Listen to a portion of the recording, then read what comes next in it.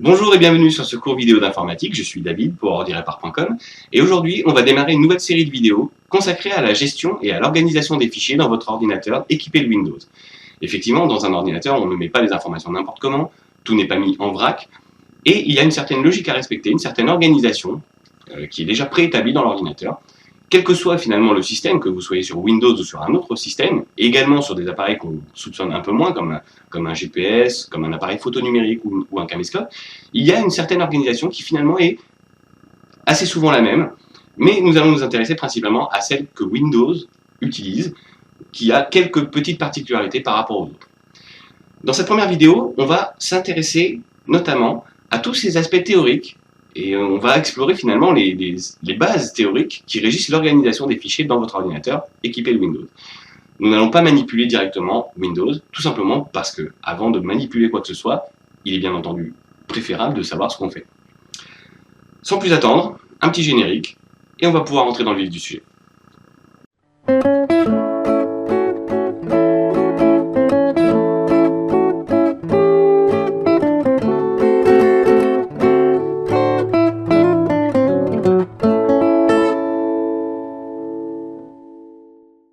Avant de nous intéresser à ce qui se passe dans l'ordinateur, commençons par regarder notre propre façon d'organiser les choses d'une façon générale. Vous avez très certainement tous déjà reçu des courriers, des factures, des déclarations d'impôts, des publicités, des prospectus, toutes sortes de documents. Bien, tous ces documents-là, on ne les met pas n'importe comment. Là, bien évidemment, je les ai tous posés en vrac, mais l'idée, c'est qu'on va essayer de les ranger. On ne va pas laisser tout ça en vrac, sinon ça devient vite la pagaille et on n'y retrouve plus rien. Donc le principe, c'est qu'on va essayer, en tout cas, d'organiser ces informations de façon à pouvoir les retrouver plus facilement. Regardons comment nous procédons, nous humains, pour ranger nos informations. Alors prenons cet exemple, si nous avons effectivement une ou plusieurs factures, par exemple en vrac, il y a par exemple des factures d'électricité, des factures de téléphone, des factures de gaz. La première chose qu'on va essayer de faire, c'est bien entendu de ne pas tout laisser en vrac, on va essayer de les regrouper par thème. Ce qui va certainement se passer, c'est qu'on va avoir une ou plusieurs factures de chaque catégorie. Donc ici, par exemple, on va avoir tout ce qui est téléphone, ici, on va avoir tout ce qui est gaz, et ici, on aura tout ce qui a un rapport avec l'électricité. Voilà. Donc on les a déjà mises ensemble, ces trois types de factures. On va s'arrêter là pour le moment, mais le principe va rester bien entendu le même, quel que soit le type de document. On va les mettre plus ou moins ensemble, par catégorie. Donc toutes les factures de téléphone ensemble, toutes les factures de gaz ensemble, et toutes les factures d'électricité ensemble. Ces factures, bien entendu, une fois qu'elles sont ensemble, une fois qu'on les a empilées les unes sur les autres, pour éviter de les perdre ou de les abîmer, on va avoir tendance à les mettre, par exemple, dans une pochette, et on va mettre ça donc, par thème. Donc dans ces fameuses pochettes. Donc la première pochette, tout naturellement, on va l'appeler tel, comme pour téléphone. La deuxième, on va l'appeler gaz. Et ici, on va l'appeler élec. Voilà, pour l'électricité. Donc on a rangé nos factures dans des pochettes. Bon, c'est bien d'avoir des pochettes. Maintenant, ces pochettes-là, on ne va pas les poser n'importe où, on ne va pas les laisser en vrac. Idéalement, on va essayer de les regrouper peut-être dans une sorte de boîte. Pourquoi pas? Une sorte de classeur, tout simplement. Alors ça peut être une boîte, hein, évidemment.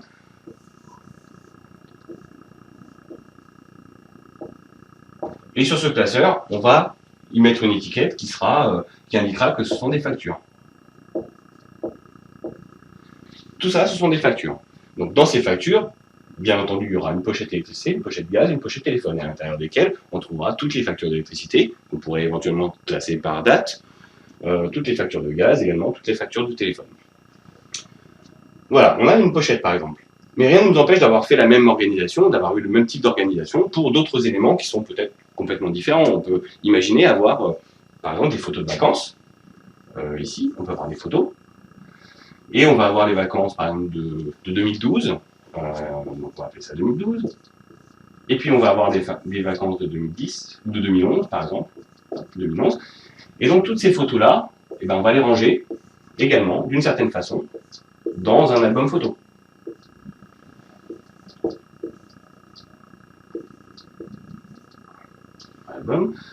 Un album photo qui s'appellera par exemple vacances, VAC.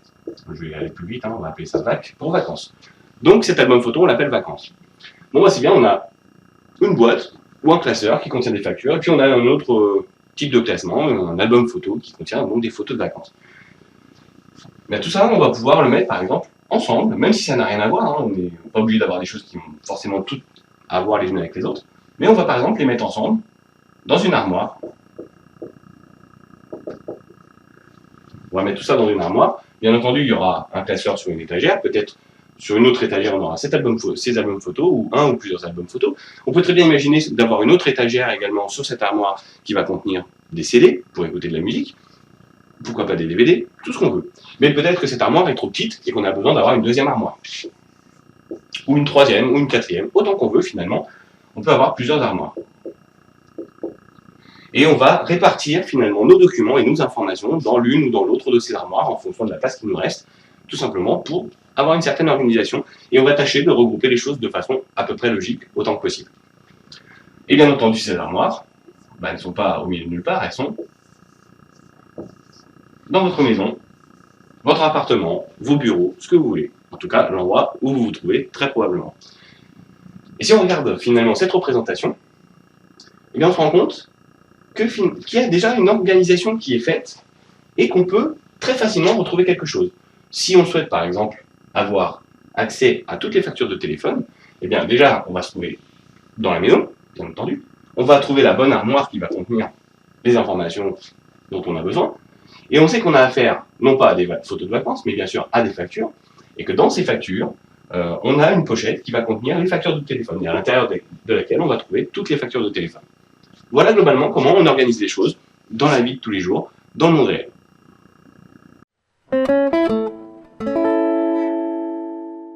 Dans le monde informatique, tout simplement, c'est très similaire au monde réel, et bien pour la simple et bonne raison que les informaticiens ou les créateurs des ordinateurs, finalement, ce sont des êtres humains, et ils ont affaire au quotidien, ils ont eu affaire en tout cas au quotidien, à toutes sortes de problèmes, des problèmes dont on a parlé précédemment. C'est-à-dire qu'ils recevaient des factures, des publicités, des choses comme ça, et puis ils avaient besoin de classer les choses. Et le plus logiquement du monde, quand ils ont imaginé l'organisation des informations dans un ordinateur, ils se sont référés à ce qu'ils connaissaient, c'est-à-dire la vie de tous les jours. Pour comprendre ce qu'ils ont fait, et la façon dont ils ont travaillé, on va tenter de représenter ça sur ce tableau. Donc on va commencer par l'ordinateur, tout simplement, puisque c'est le conteneur de l'ensemble des informations. Cet ordinateur va s'apparenter à la maison, dont je vous parlais tout à l'heure, à votre maison, à votre appartement, votre bureau, ce que vous voulez. En tout cas, c'est le conteneur, c'est à l'intérieur de cette machine-là que tout va se ranger. Et pour pouvoir stocker des choses dans un ordinateur, il faut bien entendu avoir des éléments et des composants à l'intérieur qui vont pouvoir contenir des informations, donc contenir des données. Ce sont donc des supports de stockage. On va stocker des données sur ces supports. Des supports de stockage, ça peut être toutes sortes de choses, ça peut être un disque dur, ça peut être une clé USB, ça peut très bien être un CD-ROM, une carte mémoire, un DVD, un Blu-ray, plusieurs choses. Et donc ce sont des matériels qui vont stocker des informations. Tout simplement, ces matériels-là vont avoir besoin d'un lecteur, il va falloir pouvoir les lire. Donc, par exemple, de la même façon qu'on a un CD ou un DVD, il faut avoir un lecteur de CD ou un lecteur de DVD pour les lire. Un disque dur, c'est exactement la même chose, c'est-à-dire que c'est considéré comme un lecteur de la même façon. On peut considérer ça comme un lecteur, tout simplement parce qu'il y a à la fois l'élément qui permet de lire et le support qui contient les informations à l'intérieur. Sauf qu'on ne peut pas les démonter puisque tout est dans un seul ensemble. Donc, on va parler plutôt de lecteur.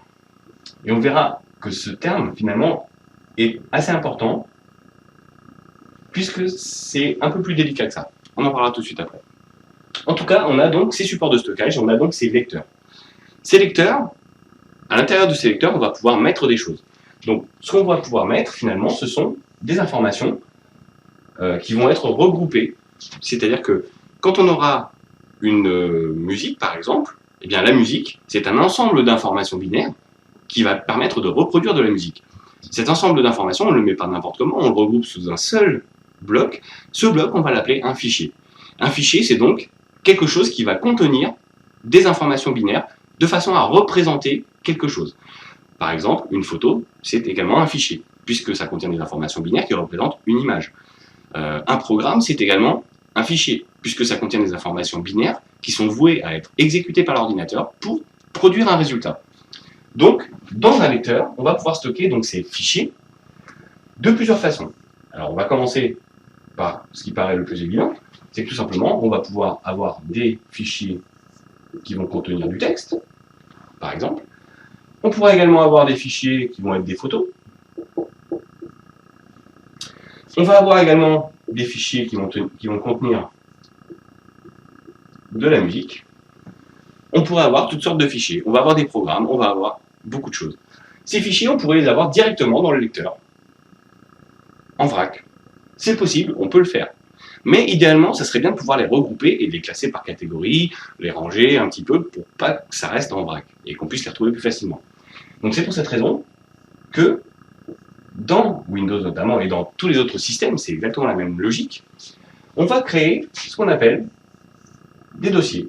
C'est une sorte de chemise à l'intérieur de laquelle on va pouvoir ranger des choses. On peut avoir un ou plusieurs dossiers, bien entendu, de la même façon qu'on peut avoir un ou plusieurs fichiers de chaque type. Ces dossiers, dans Windows, sont représentés par une sorte de pochette jaune. Mais dans d'autres systèmes, ce sera peut-être une autre couleur, ce sera peut-être une autre forme. Mais globalement, ce sont des dossiers. On peut également trouver d'autres appellations comme des répertoires. Ça s'appelle un répertoire également. Mais dans Windows, ça représente un dossier, alors restons sur le terme dossier. À l'intérieur de ce dossier, qu'est-ce qu'on peut mettre? Finalement, à l'intérieur de ce dossier, on peut faire exactement la même chose. On peut ranger toutes sortes de documents, que ce soit des documents texte, et encore une fois de la photo, et encore une fois de la musique. Voilà. Mais dans ce dossier, on peut également trouver un sous-dossier. Un sous-dossier, finalement, qui va permettre de ranger encore d'autres choses à un autre niveau. Et dans ce sous-dossier, si on continuait, on pourrait trouver également à nouveau des sous-dossiers, et à nouveau des fichiers, et ainsi de suite.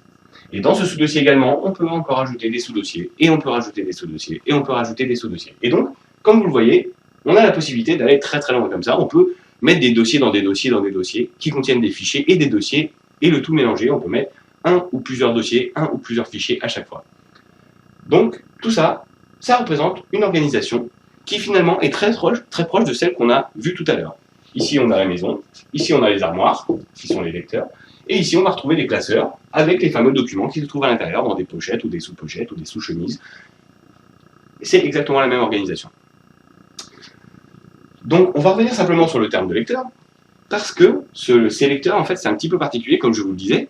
On parle du disque dur en disant que c'est un lecteur, mais le disque dur n'est pas nécessairement un lecteur. Ça peut paraître un peu confus. Tout simplement, dans le monde informatique, il faut garder à l'esprit que, de la même façon que dans le monde réel, on a ce genre de distinction, mais qu'on n'appelle pas forcément de la même façon. Mais dans le monde informatique, il y a une différence entre le monde physique et le monde logique. Le monde physique, c'est ce qui est matériel, c'est bien sûr ce qu'on peut toucher. Le monde logique, c'est un monde un peu immatériel, mais qui va avoir des représentations. Et pour bien comprendre cette différenciation entre le monde physique et le monde logique, on va tenter de l'expliquer par un petit schéma. Si je prends sur ce tableau, ce tableau et que je le sépare en deux, tout simplement, ici on va prendre le monde informatique, et ici on va s'intéresser au monde réel. Et on va prendre un exemple dans ces deux cas, pour que vous voyez bien de quoi je veux parler. Commençons par le monde réel, puisque c'est certainement ce qui est le plus palpable et ce qui est le plus facile à comprendre. Dans le monde réel, on va prendre, par exemple, une feuille de papier, une copie double, comme on en avait, par exemple, étant à l'école, étudiant, etc. Une copie double, donc il y a effectivement une séparation centrale, une pliure, la feuille est donc pliée en deux, mais on peut, si on l'ouvre, effectivement avoir, alors sans parler du recto et du verso, mais on a déjà au moins deux espaces. Donc on a bien une feuille de papier, et sur cette feuille de papier, on va avoir par exemple une page de gauche, qu'on va appeler page gauche, page G, et une page de droite, page D, page droite. Et là, on voit bien qu'on a également ce genre de séparation entre le monde physique et le monde logique. Dans le monde physique, on a une feuille de papier, qui est une grande feuille, effectivement, qu'on pourrait plier en deux, mais c'est une grande feuille de papier. C'est une seule feuille de papier. Et à l'intérieur de cette feuille de papier, on a deux pages. On a une page gauche et une page droite. Si on demande à quelqu'un de lire le contenu de la page droite, bien entendu, cette personne ira lire ce qui se trouve sur cette partie-là. Donc on a bien séparé quelque chose de physique avec quelque chose de logique. Dans l'ordinateur, c'est exactement le même principe. Le disque dur, tout simplement, c'est une sorte de boîtier qui contient des plateaux, des disques à l'intérieur et des têtes de lecture, un peu comme on peut imaginer un tourne-disque, mais tout ça miniaturisé, des plateaux métalliques avec des choses à l'intérieur. On ne va pas s'intéresser au contenu matériel du disque dur, mais quand on représente un disque dur dans le monde informatique, très souvent, on le représente par un rectangle qui va symboliser l'espace de stockage de ce disque dur. Donc, ce disque dur peut avoir des choses stockées dans son espace. Ce disque dur, bien entendu, comme je viens de vous le dire, c'est un disque physique. C'est bien un élément matériel. Mais rien ne nous empêche de le séparer en deux parties. De dire qu'on veut découper sa capacité de stockage en deux. Et qu'on veut avoir finalement une double interprétation de ce disque dur. Même si c'est le même matériel, on veut séparer les informations en deux parties distinctes. Ces deux parties vont être finalement des disques logiques. Donc il y a bien deux parties. Et c'est pour cette raison qu'on appelle ça une partition et une autre partition. Ce sont deux partitions. On a partitionné le disque dur, on l'a séparé en deux parties. Mais dans cet exemple, j'ai pris deux parties, on aurait très bien pu en faire 3 ou 4, ce qu'on veut. Et dans ce cas-là, on va avoir un disque physique, mais deux partitions logiques. Et chacune de ces partitions pourra être un lecteur. Chaque partition sera considérée comme un lecteur. Et pour bien les différencier, on va leur donner des noms. On va l'appeler lecteur A, par exemple, ou lecteur B. On aurait pu les appeler comme on voulait, c'est-à-dire qu'on aurait pu appeler lecteur X et lecteur Z. On aurait pu les appeler lecteur B et lecteur W. Ça n'a pas d'importance. En tout cas, on leur donne des noms. On les appelle lecteur A et lecteur B. De la même façon qu'on a dit page gauche et page droite, finalement, la désignation page gauche, page droite, c'est très arbitraire. Ça dépend de notre interprétation de ce qu'est la feuille de papier. Et bien, de la même façon, un disque dur peut être découpé en 2 ou 3 ou 4 parties qu'on va appeler des lecteurs et qu'on va nommer de cette façon. Donc, quand je parle de lecteur, bien entendu, je parle de lecteur logique. Et dans Windows, ces lecteurs logiques vont avoir également une façon d'être nommés. Et on va voir ça tout de suite après.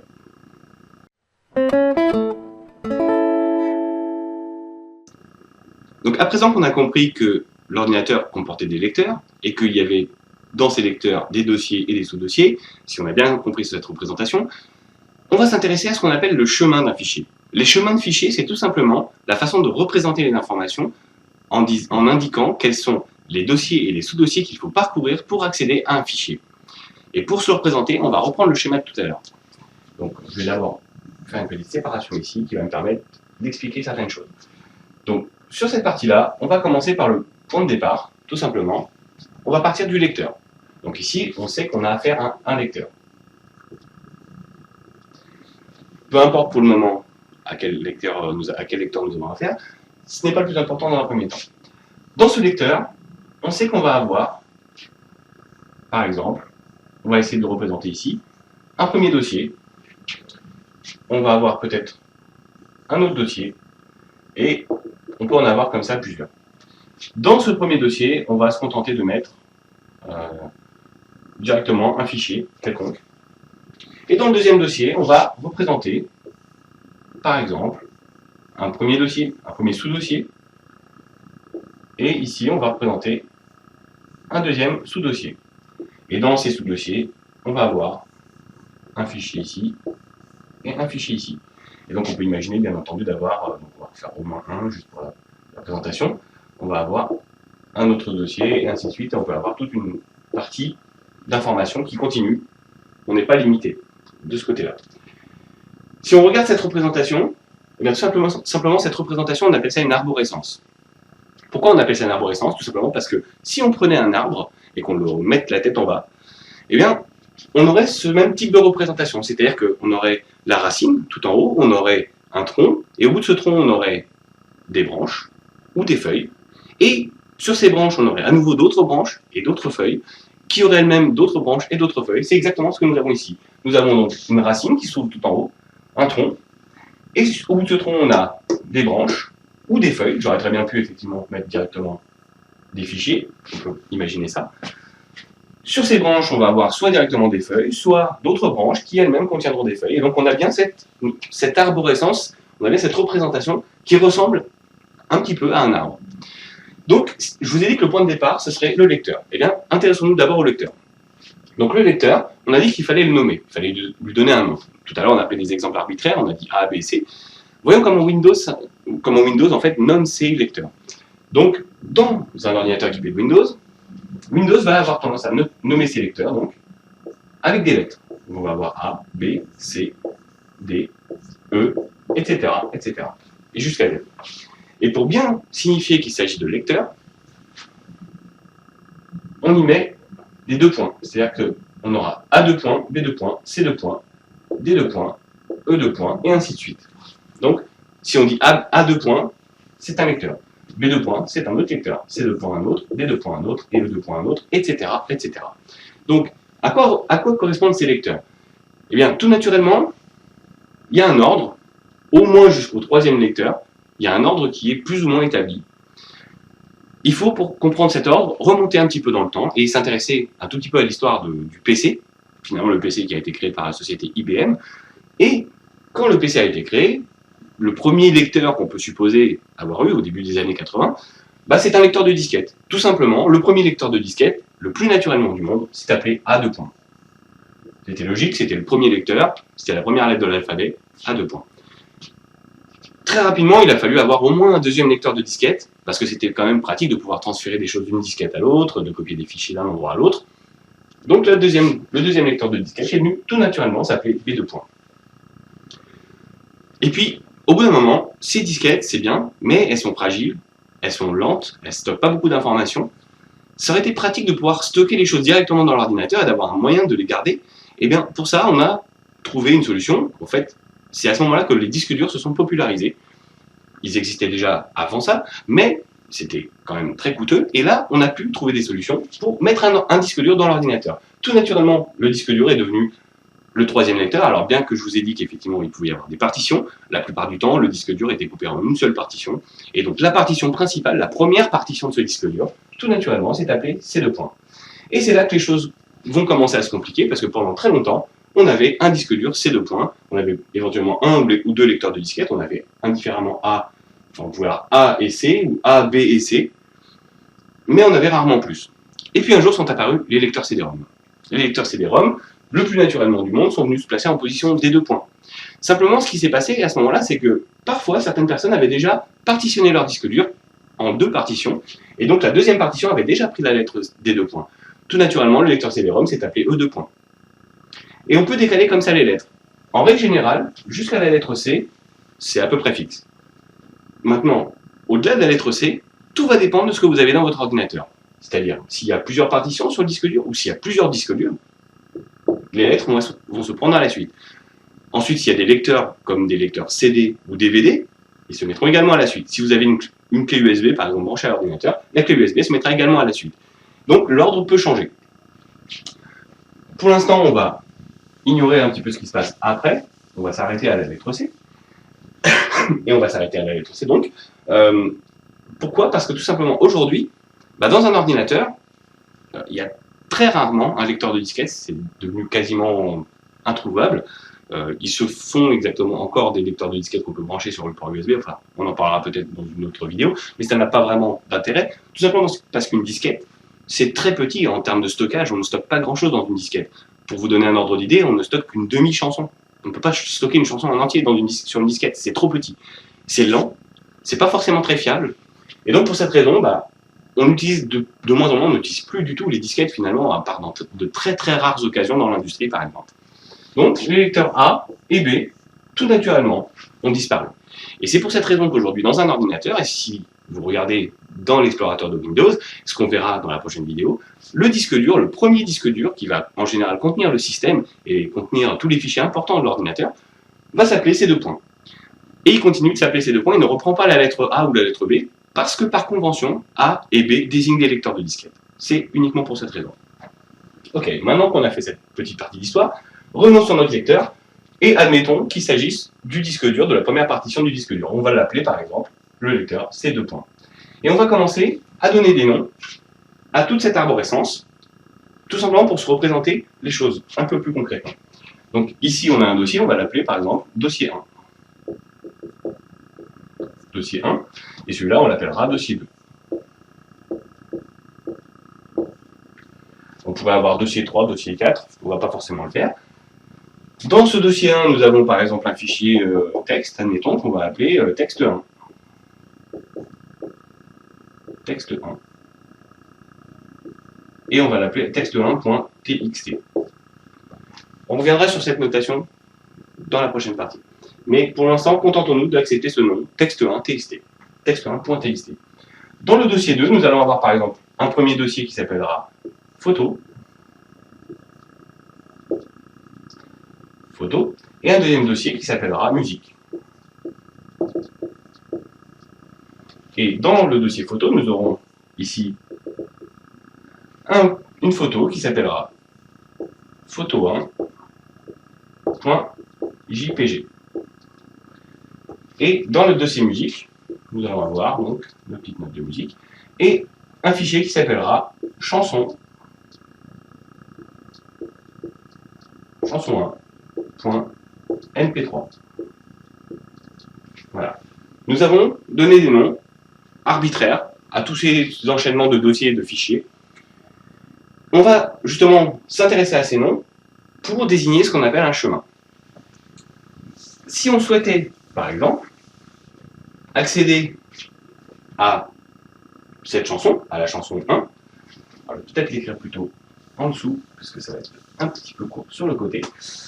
Donc, chanson 1, pour accéder à chanson 1, il va falloir parcourir toute une succession de dossiers pour y accéder. Tout d'abord, on va partir du lecteur. Le lecteur étant C2 points, eh bien on va écrire C2 points. Donc on va déjà regarder comment on y accède. Donc on est dans C2 points. Dans ces 2 points, il faut entrer dans un dossier qui s'appelle dossier 2. Et dans ce dossier 2, il va falloir entrer dans un dossier qui s'appelle musique. Dans ce dossier musique, c'est là qu'on va trouver chanson.mp3. Si on devait l'écrire, on l'écrirait de la façon suivante. Donc on commencerait par le lecteur, C2 points. Puisqu'on va entrer dans un lecteur, à chaque fois qu'on entre dans un lecteur, on va avoir le symbole anti-slash. Anti-slash, c'est donc la barre oblique vers la gauche. Dans ce lecteur, donc, on entre dans un dossier, on entre dans ce lecteur, et dans ce lecteur, on va accéder au dossier 2. Donc on va aller chercher dossier 2. Il va falloir entrer dans ce dossier 2. On remet donc une barre oblique, et dans ce dossier 2, on va accéder à musique. Et à l'intérieur de musique, donc on va à nouveau entrer. Alors, à l'intérieur de musique, on va accéder enfin à chanson 1.mp3. Voilà. Donc, en écrivant sous cette forme les informations, nous venons d'écrire le chemin du fichier chanson1.mp3. Il se trouve dans le lecteur C2 points. On entre dans le dossier qui s'appelle dossier 2, on entre dans un dossier qui s'appelle musique, et à l'intérieur de ce dossier musique, on va trouver chanson1.mp3. Cette première barre oblique a un nom très particulier, elle s'appelle la racine. C'est juste pour vous le donner, tout simplement parce que si on reprend la représentation de tout à l'heure avec l'arbre, effectivement on a la racine qui se trouve en haut. La racine, c'est donc le point de départ d'un lecteur. On part donc du lecteur qui s'appelle C2 points, donc à partir de la racine, donc on entre dans un dossier qui s'appelle dossier 2, on entre dans un dossier musique, et dans ce dossier musique, c'est là qu'on va trouver notre chanson qui s'appelle chanson1.mp3. Donc c'est un chemin, et ce type de notation de chemin, ça s'appelle un chemin absolu. On appelle ça également une adresse. Tout simplement, si on part dans l'autre sens, effectivement, le fichier chanson1.mp3, qui se trouve ici, habite dans le dossier musique, qui lui-même habite dans le dossier 2, et qui lui-même habite à la racine du lecteur qui s'appelle C2 points. Donc on a bien chanson 1 qui habite dans musique, qui habite dans dossier 2, qui habite à la racine du lecteur C2 points. Donc on peut trouver indifféremment le terme chemin et le terme adresse. Et on verra notamment que dans Windows, aujourd'hui, on appelle ça plutôt une adresse. Tout simplement parce que on a l'adresse d'un fichier. Et c'est à peu près le même genre de notation, peut-être l'aurez-vous déjà remarqué, qu'on a sur Internet. On a une adresse Internet.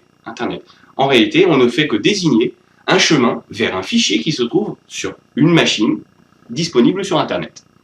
Voilà ce qu'on appelle un chemin de fichier.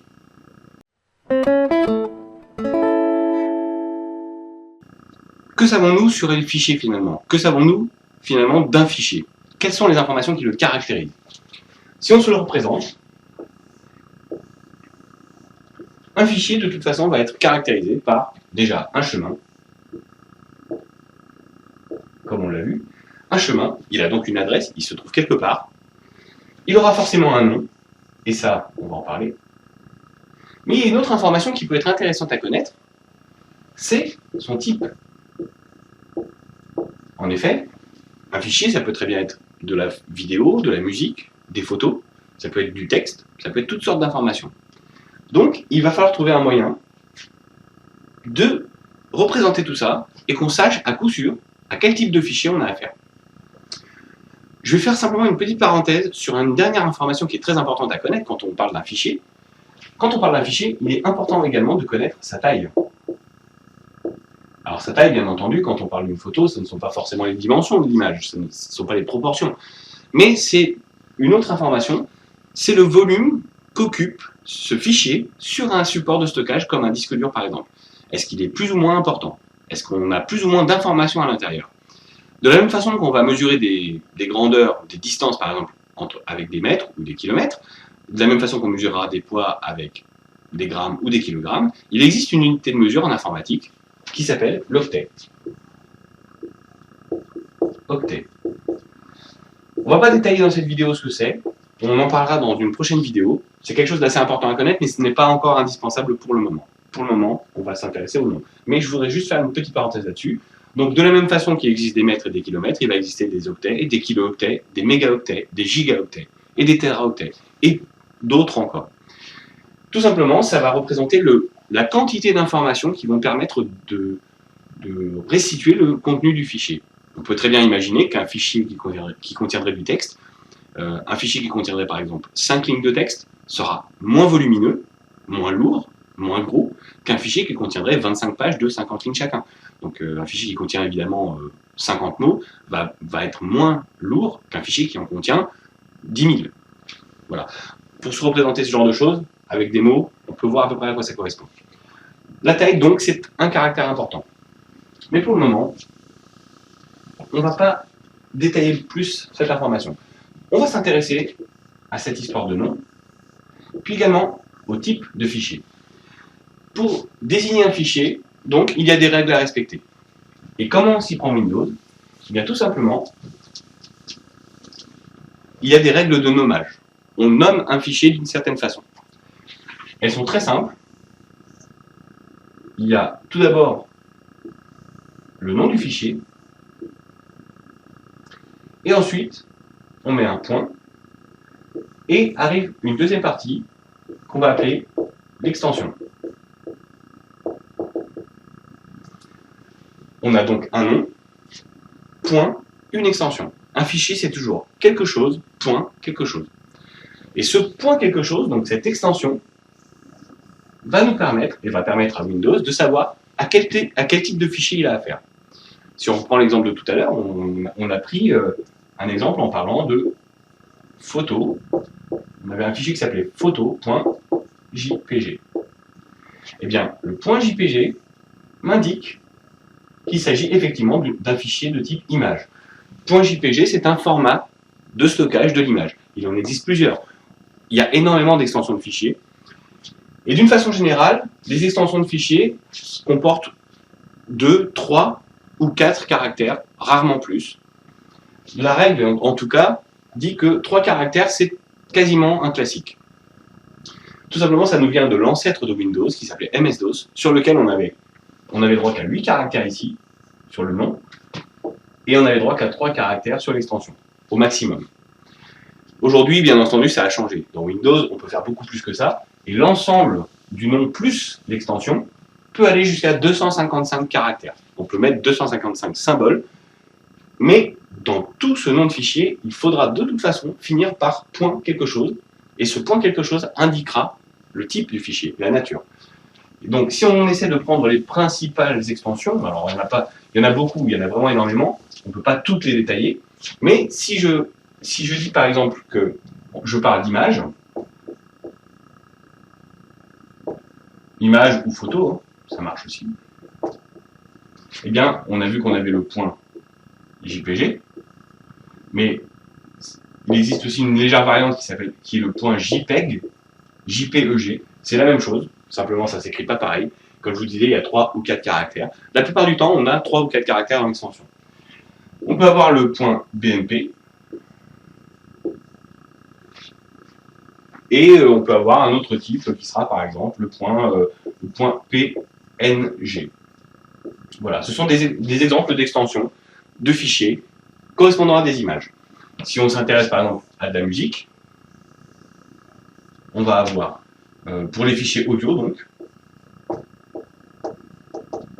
pour les fichiers audio, on a le classique bien entendu le point MP3 que beaucoup connaissent en tout cas, qui est très connu donc, qui est très répandu. On aura également un autre type qui sera un point Wave, donc point WAV, je ne sais pas si on le voit très bien, il commence à fatiguer un peu, et on aura par exemple un autre type qui sera le point OGG, point OGG. Voilà. Ce sont 3 exemples de format audio. Si on s'intéresse à présent à la vidéo, on aura d'autres formats. Par exemple, pour la vidéo, on pourra avoir du point AVI ou du point MPEG, par exemple. MPG ou point MPEG. Voilà. Donc ce sont quelques exemples. Un autre type de fichier également qu'on peut rencontrer, des fichiers qu'on va avoir, ce seront des fichiers texte. Alors, je trouve le stylo. Des fichiers de type texte. On aura tout naturellement le point TXT. On aura le point doc, qui seront des fichiers faits avec un traitement de texte comme Word, Microsoft, ou le point docx, qui est une nouvelle variante sur les nouvelles versions de Microsoft Word. Voilà un peu le genre de choses qu'on peut avoir. On aura d'autres fichiers, bon, il y en a plusieurs types, on va pas tous les faire, mais voilà, vous avez certainement entendu parler du point PDF. Il y a également, par exemple, des points zip. Voilà, donc toutes sortes d'extensions. Et grâce à ces extensions de fichiers, on va savoir à quoi on a affaire. C'est cette extension qui va dire à Windows avec quel programme il faut ouvrir ce type de fichier pour en interpréter le contenu. Et ça nous permet à nous également de savoir à quoi ça correspond. Le problème qui va se poser, et on le verra dans la deuxième partie de ce cours, dans la prochaine vidéo, quand on va s'intéresser à l'explorateur de Windows, en fait le problème c'est que Windows masque cette extension la plupart du temps quand il connaît le type et quand il sait avec quel programme l'ouvrir. Aujourd'hui, effectivement, dans les interfaces graphiques que nous utilisons, dans Windows notamment, on ne s'intéresse plus vraiment directement à l'extension du fichier dans son nom, dans sa forme écrite, on s'intéresse à l'icône qui est représentée. Et effectivement, l'icône, c'est donc le petit symbole qui va représenter le fichier, c'est une vignette qui va contenir, par exemple, si on a affaire à de l'audio, on va peut-être avoir quelque chose qui ressemble à des notes de musique. Quelque chose dans cet esprit-là. En tout cas, ou alors ça pourrait être le logo du programme qui va nous permettre d'ouvrir ce type de fichier. C'est bien, c'est une façon effectivement intéressante de voir les choses. Personnellement, je trouve que l'extension est plus parlante et surtout moins dangereuse. Encore une fois, dans les fichiers dont je viens de parler, tous ces fichiers-là sont des fichiers de données, c'est-à-dire qu'ils nécessitent d'avoir un programme qui va les exécuter, qui va les ouvrir en tout cas, pour interpréter le contenu. Mais il y a un autre type de fichier qui va être également très important et aussi caractérisé par une extension qui est très connue et très importante à connaître en tout cas. Ce sont les fichiers .exe, les fichiers exécutables. Et en fait, tous les programmes que vous utilisez sur votre ordinateur sont des fichiers exécutables. Par exemple, en ce moment, si vous êtes en train de regarder cette vidéo par le biais d'Internet, sur un site Internet, vous utilisez un logiciel qui s'appelle un navigateur web qui vous permet d'aller explorer Internet. Et ce navigateur est un programme exécutable. C'est un .exe. Finalement, quel intérêt? Pourquoi je vous parle de ça? Tout simplement parce que, malheureusement, il y a des gens malveillants, et c'est pour cette raison que je trouve ça important, et là je vous le dis d'un point de vue de dépanneur, il y a des gens qui sont malveillants et qui créent des virus informatiques. Et ces virus informatiques, pour les déguiser, parfois, ils font en sorte que le programme exécutable prenne l'icône d'un fichier que vous connaissez, qui est en principe inoffensif. Un fichier exécutable est également un type de fichier connu dans Windows. Et Windows ne montre pas le point .exe la plupart du temps. Il montre l'icône de l'application que vous allez lancer. Eh bien, tout simplement, si vous avez affaire à un programme malveillant, un virus, qui cherche à se faire passer auprès de vous pour une photo, eh bien, vous allez avoir une icône qui va représenter finalement la plupart des logiciels qu'on a aujourd'hui, c'est une sorte de tableau avec un pinceau, ou ça peut être toutes sortes d'icônes qui sont rattachées à une application en particulier, à un programme qui va ouvrir les photos.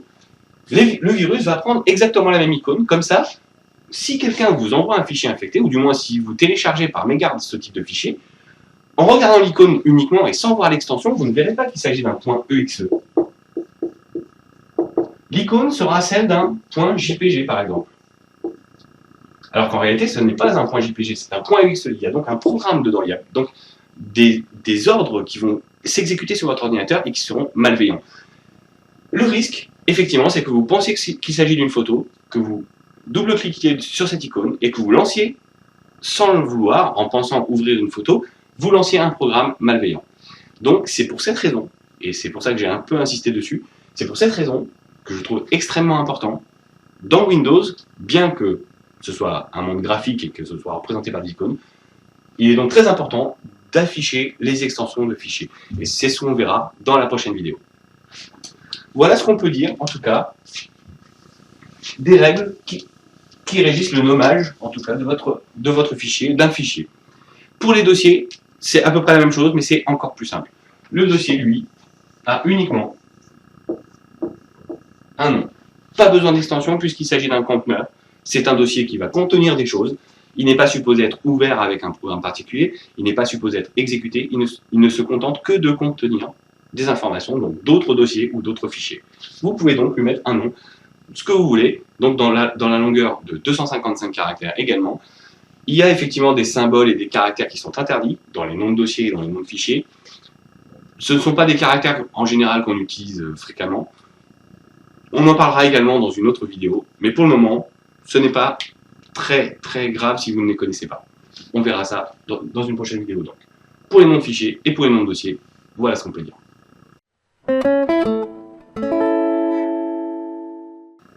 À présent, nous voilà bien armés d'un point de vue théorique pour aborder la suite de ces cours, la suite de ces vidéos. Donc on sait maintenant qu'un ordinateur est organisé avec des lecteurs, avec à l'intérieur de ces lecteurs des dossiers, des sous-dossiers qui vont contenir eux-mêmes des fichiers ou des sous-dossiers également. On a vu que pour nommer un fichier, il fallait avoir un nom, point, une extension, que cette extension allait nous permettre de définir quel était le type du fichier et va permettre donc à Windows de savoir quel est le programme associé à ce type de fichier pour l'ouvrir, pour l'exécuter. On a vu que l'extension était quand même un élément essentiel. Je vous ai dit effectivement que l'extension allait nous permettre de bien définir qu'il s'agissait du bon type de fichier. Et en affichant les extensions dans Windows, on va s'assurer qu'on a bien affaire par exemple à une image ou à un fichier audio, une musique ou à une vidéo, et que ce n'est pas un programme malveillant qui essaierait de se faire passer pour une vidéo, une photo ou une musique. Donc tout ça, on en parlera dans la prochaine vidéo. On va commencer à aborder l'aspect pratique. Et dans la prochaine vidéo, on parlera notamment de l'explorateur de Windows. Donc c'était David pour ordirepar.com. Je vous donne rendez-vous sur la prochaine vidéo pour la deuxième partie de ce cours.